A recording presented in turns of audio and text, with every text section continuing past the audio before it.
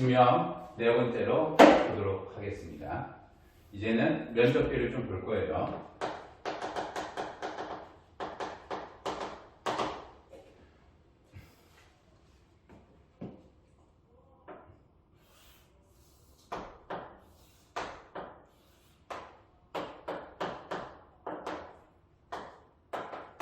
BD분의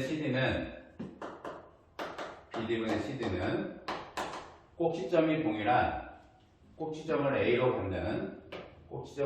갖는 두 개의 삼각형 ABD와 ACD의 밑변의 변의 길이니까 N은 높이가 공통이죠. 따라서 공통이므로 BD분의 CD라고 하는 것은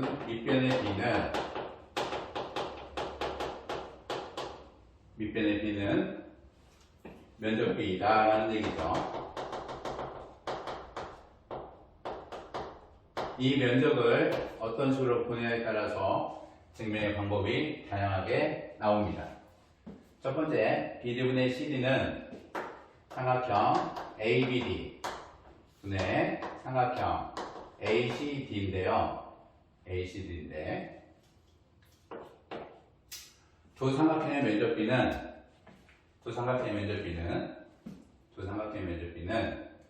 AD라고 하는 것이 각이등분선이니까 AD라고 하는 것이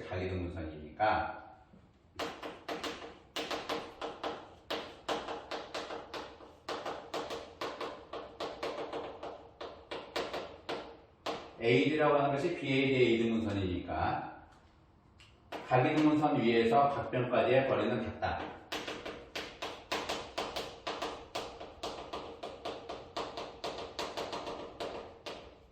각이등분선 위의 점에서 두 각변까지의 거리는 동일하다.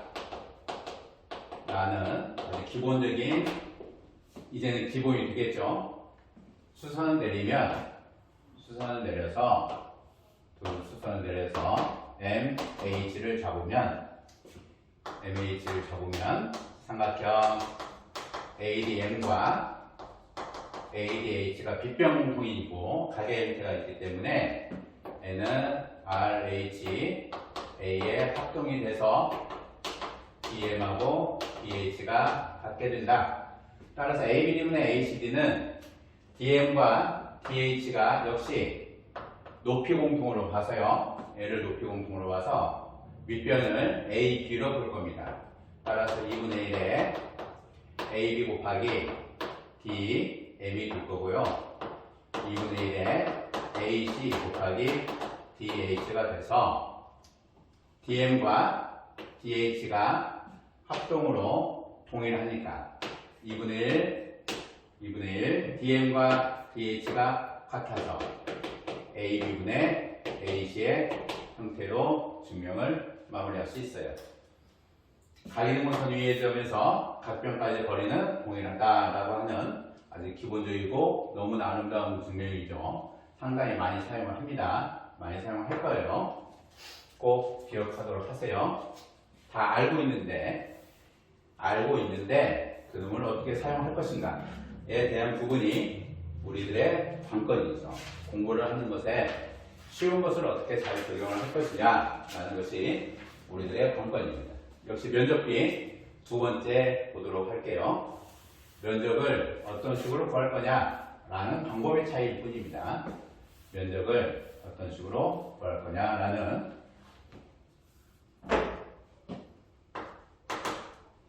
AB와 AC를 이용한 면적비죠. 면적비를 어떤 식으로 볼 거냐라는 얘기예요. 공통이고 주어진 조건들이 무엇이 공통이고 무엇을 어떤 식으로 활용을 할 것인지 잘 보도록 하시면 돼요. 면적비를 다시 볼 건데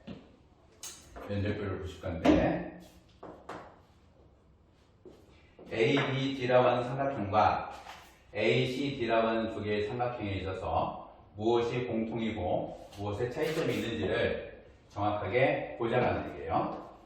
ABD와 A, C, D라고 하는 두 개의 삼각형에서 공통인 부분과 차이적인 부분을 보자라는 얘기죠. 두 삼각형의 공통은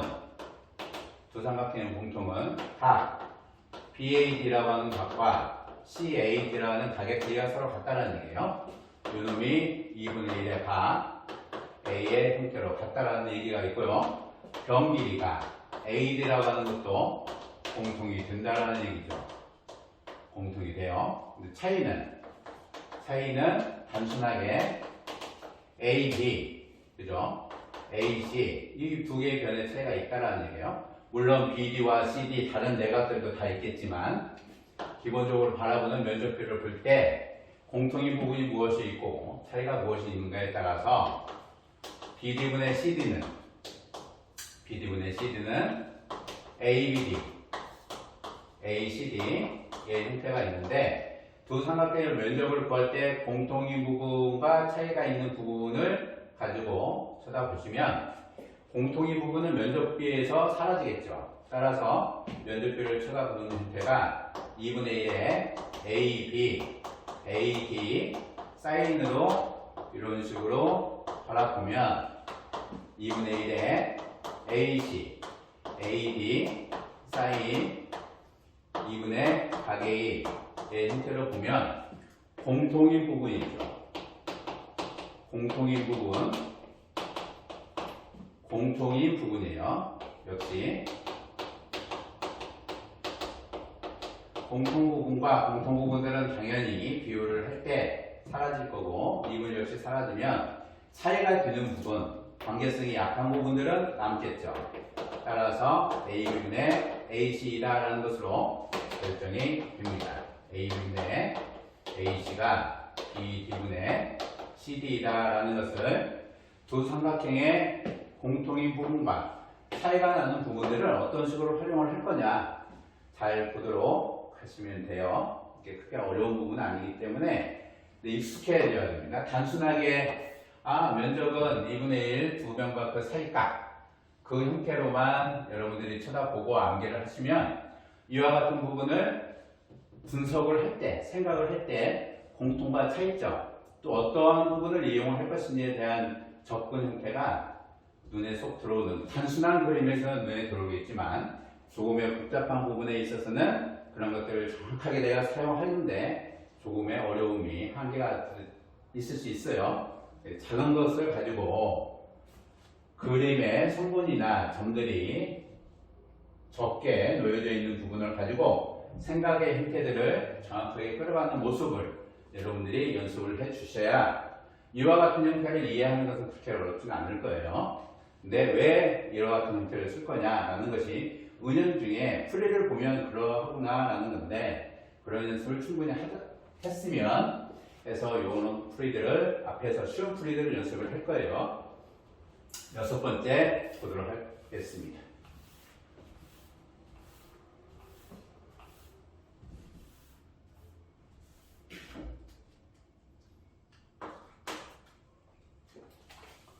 여섯 번째는 이 형태의 풀이가 상당히 좀 많이 있어요. A와 B와 C와 D가 있는데 각이등분선이 있다. AD가 각 BAC의 내각 이등분선이다. 내각 이등분선을 사용하는 방법을 어떤 식으로 결정을 해볼 거냐라는 얘기죠. 따라서 우리는 기하 변환의 대칭성이라고 하는 것을 이용을 할 겁니다. 대칭성을 이용을 할 거예요. 대칭성을 어떻게 할 거냐면 점 C를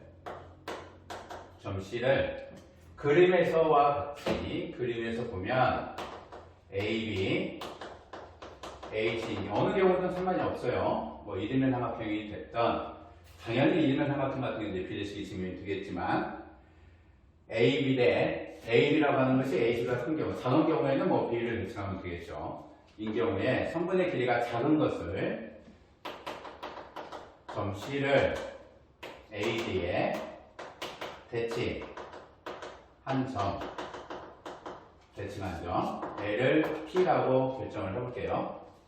C를 연금에 대칭한 거, 중점은 M, 대칭점은 P점. 무엇을 만드는 거예요? 대칭성을 이용하면 카이트라고 하는 도형을 만들겠다는 얘기예요.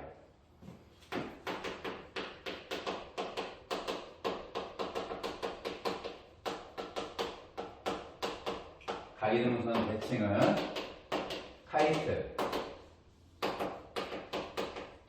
카이트의 성질을 정확하게 보라는 거예요. 교과서에는 잘 안 나와 있지만 카이트라고 하는 도형 아주 사용하기 너무너무 편하고 카이트라고 하는 도형을 잘 활용을 하면 우리가 기하에서 상당히 많은 것을 굉장히 쉽게 이해할 수가 있어요.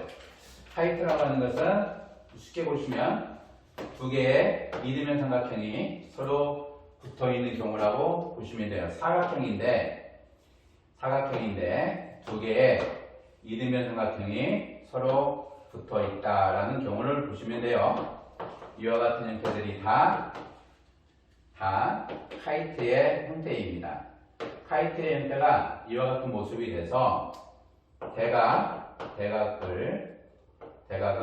대각선이 이등분을 해요. 한 대각선이 이등분 하게 되죠.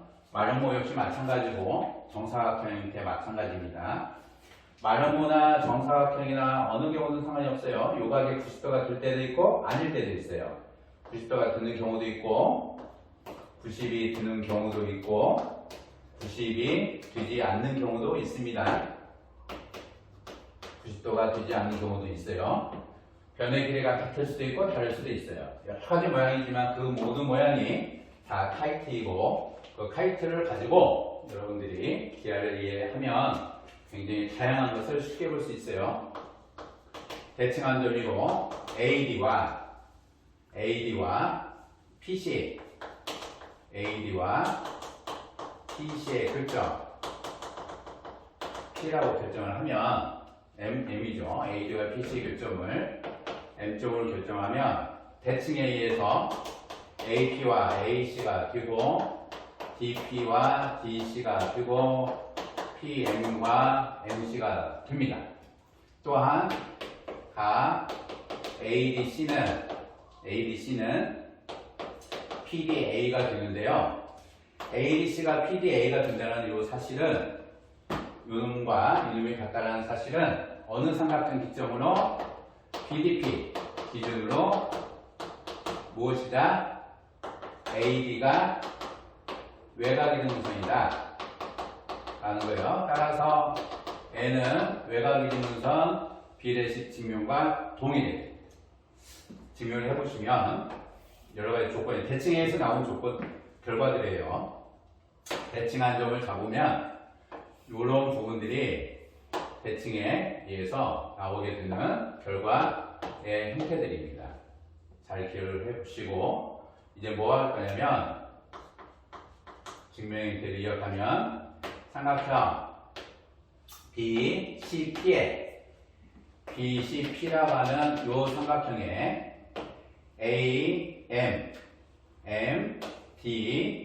AMD가 한지선상에 있으므로 BCP라고 하는 삼각형에 메네라우스 적용을 해볼게요. AD 직선으로 메네라우스 정리를 적용하도록 하겠습니다. CD분의 BD 곱하기 DA분의 AP 곱하기 PM분의 CM 1입니다. M이에요. M입니다. PM하고 CM이 같고요. PM하고 CM이 같고 1대1 대칭에 의해서 N의 둘의 길이가 서로 같고 AP라는 것이 AC하고 동일하죠. AP라는 것이 AC하고 동일해요. 따라서 BD분의 CD는 AB분의 AP인데 N은 AB분의 AC. AP라고 하는 거와 대칭에 의해서 AC하고 동일하다. AP라는 거와 AC가 대칭에 의해서 동일하다. 따라서 이와 같은 증명 형태를 잡아줄 수 있습니다. 가계등분선의 대칭성을 이용하는 거예요. 대칭을 이용하는 거고, 가계등분선 대칭은 항상 카이트 만들기가 된다. 꼭 기억하도록 하세요. 7번째 증명하도록 할게요. 역시 가계등분선 대칭인데 7번째도 조금 색다른 모양을 더 추가를 해보도록 할게요.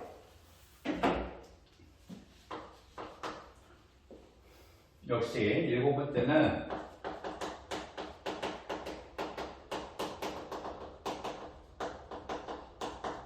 대칭 플러스 알파의 모습을 하도록 하겠습니다. 가계등분선 대칭을 해서 역시 또 다른 모습을 조금 더 추가를 해보면 아주 재미있는 모양이 나와요.